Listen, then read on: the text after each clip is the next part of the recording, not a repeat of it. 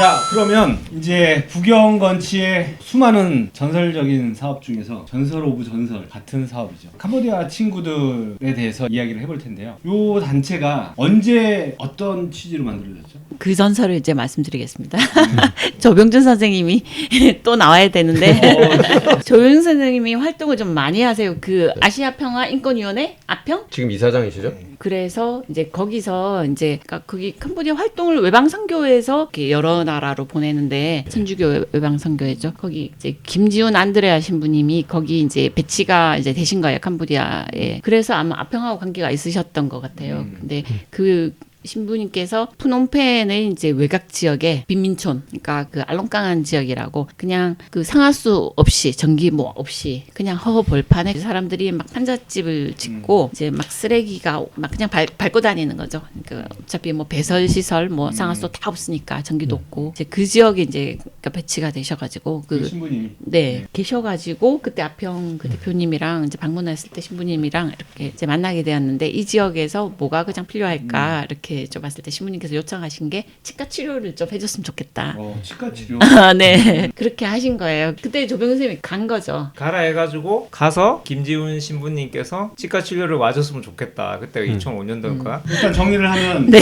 그 부산에 있는 시민단체에 치료를 좀 와줬으면 좋겠다 했고, 부산에 있던 시민단체에 있던 아무것도 모르던 우리 조병준 선생이 있었는데 조병준 선생님이 그 단체에서 활동을 하고 있었기 때문에 그 단체에 갈 때 같이 가서 둘러보고 사진도 찍고 오고 신부님이랑 이야기를 하고 돌아왔어. 네. 돌아와서 고민을 했는가 봐요. 엄청 했나 봐요. 그분이 마지막에 와달라 이러는데 내가 예라고 답을 해버린 거야. 그러니까 이제 답을 했으니까 응답을 해야 되니까 그랬죠. 예. 그래서 저희들은 아무것도 모르고 아 병준이가 밥 사준대. 그래서 와 병준이가 병원도 잘 되나 봐. 너무 기쁘다. 병원이 잘 돼서 얻어먹으니. 그러면서 신나게 맛있게 먹었는데 그러더니 뭔가 좀 같이 보자고. 그래서 뭐 봤지요.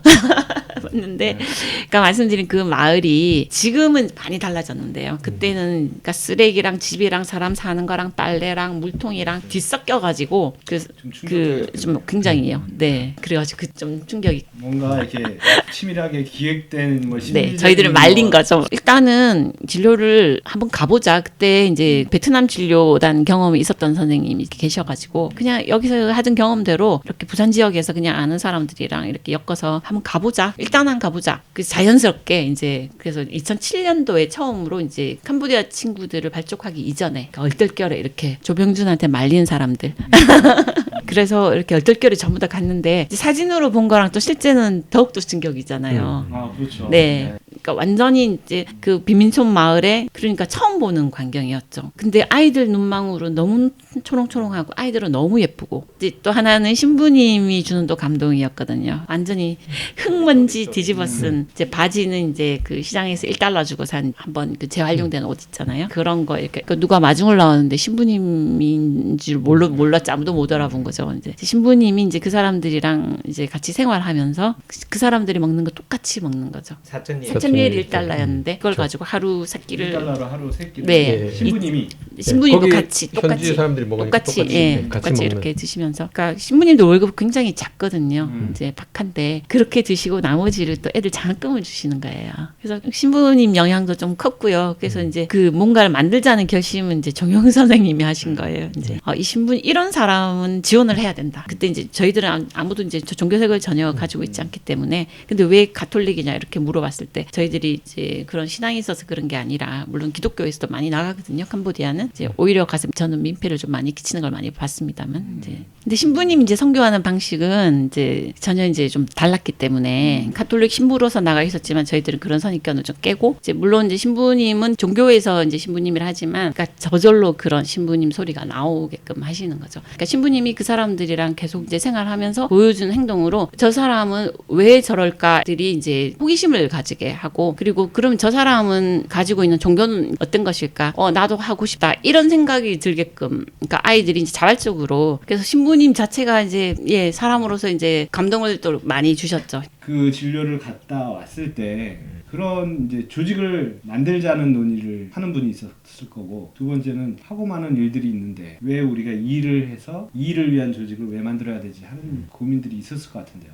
맞아요. 그게 사실 그 레전드 선배들은 어떤 좌절을 겪었을까 좀 약간 그것도 좀 다르긴 한데, 그러니까 저는 지금 이념을 다르게 생각합니다만 이제 그때는 굉장히 이념이 좀 중요한 시대였고 그게 이제 자기를 떠받치는 아주 중대한 축이었는데 그게 다 무너진 상황이죠. 사실 그러니까 말하자면 축이 무너지고 앞으로 이제 어떻게 뭘 위해서 살아야 될지 모르는 정말 어떤 정신적인 방황을 하셨던 것 같아요. 이제 그러다 보니까 아주 신선했던 것 같아요. 이제 그리고 이제 절대 빈곤 이랑 이제 해야 되니까 뭔가 명확한 개선해야 될 무엇인가가 명확한 아주 명확하잖아요. 그런 것도 있었던 것 같아요. 그러니까 이건 뭐 앞뒤 돌아볼 것도 없잖아요. 이건 당장 가야 되는 거 맞잖아요.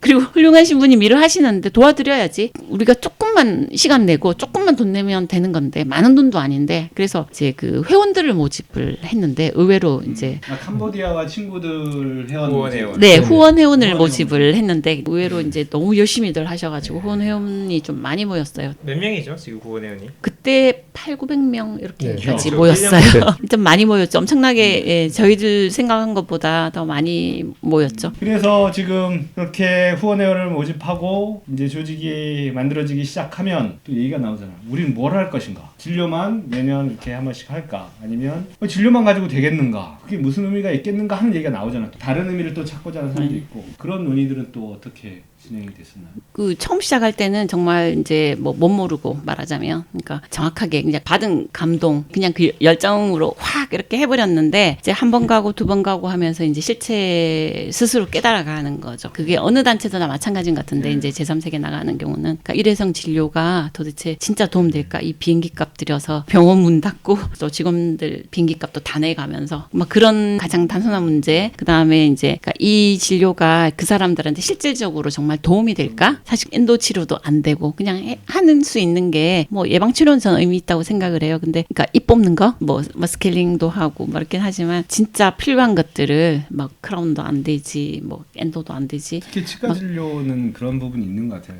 적어도 뭐 예를 들어서 한 달 정도라도 머물면서 보철까지 하면 모르겠지만 네. 그렇지 않으면 뭔가 더 완결적인 걸 해주고 싶은데 못하는 그런 한계가 있는 것 같아요. 그런 문제도 있고 이제 그리고 저는 또 제일 걱정했던 게 이제 교차 감염 문제. 그 소독을 물론 저희들은 아주 이제 신경 써서 하긴 하지만 그 지역이 이제 에이즈가 굉장히 많았던 지역이고, 그러니까 그 사람들도 자기가 에이즈인지 아닌지 잘 모르는 사람이 많아요. 근데 정말 선생님들 대단하신 게 무릅쓰고 다 하셨어요. 이제 그 다음 이제 서로 길들이기 문제. 그러니까 이렇게 가면서 이제 우리가 그쪽에 기대하고 그들이 우리에게 기대하는 것들이 이제 점점 시간이 지나면서 이제 어떠한 형태로 갈지 여기에 대한 우려 같은 것들, 이제 그런 것들이 이제 막 밀려들기 시작한 거죠, 이제. 그러니까 진료 초창기에 감동받아서 진료를 시작하고 나서 거의 많은 단체들이 부딪히는 고민 시작한 거네요. 그래서 그때 이제 어쨌든 분위기는 뭐 이제 한 사람만 느끼는 게 아니잖아요. 그때 어땠나요? 그러면 우리 이제 김건 선생님 당시 느낌은? 사실은 그때 한참 해를 거듭할수록 갔다 와서 또 다른 그런 느낌이 있었죠. 이렇게 말이 잘 통하고 이러지 않는데 아까 말씀하신 것처럼 거기 있는 사람들이 지금은 또 도시 지역은 많이 바뀌긴 했지만 그 절대 빈곤인이라는 그 말씀하셨는데 그 안에서 이제 우리가 또 느낀 절대 순수, 이게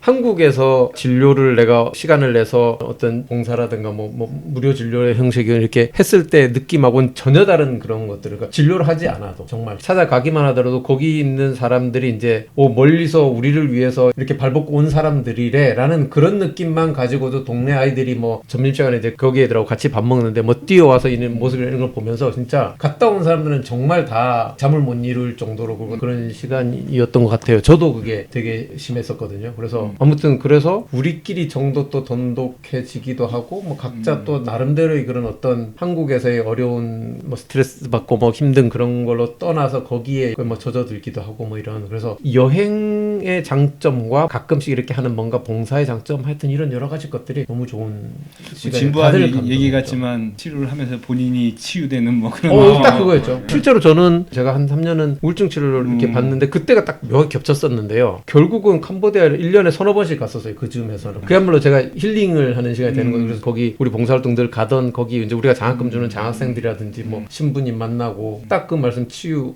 내 자신의 치유라는 그런 말씀이 딱 맞고 그런 느낌을 그 다녀오신 분들한테 다 그런 얘기를 들었던 것 같아요. 그래서 한 번 아니고 몇 번씩 가시는 분들이 많으셨고 구경 분위기인 것 같기도 하고 뭐랄까 되게 성찰적이구나. 제 생각에는 그게 있을 것 같아요. 이제 욕심이 나잖아요. 이런 조직과 이런 후원과 이런 게 돼 있으면 우리가 뭔가 좀 더 다른 더 큰 진료 말고 의미 있는 걸 해볼 수 있지 않을까. 그래서 제가 보니까 그런 게 있던데 뭐 좀 그런 일은 어떻게 처음부터 치밀하게 이것도 조병준 선생이 한 건 아니에요. 저는 저희들은 치밀한 사람들이 아니에요. 그러니까 그게 이제 관계죠 결국은. 그러니까 그때 제가 처음에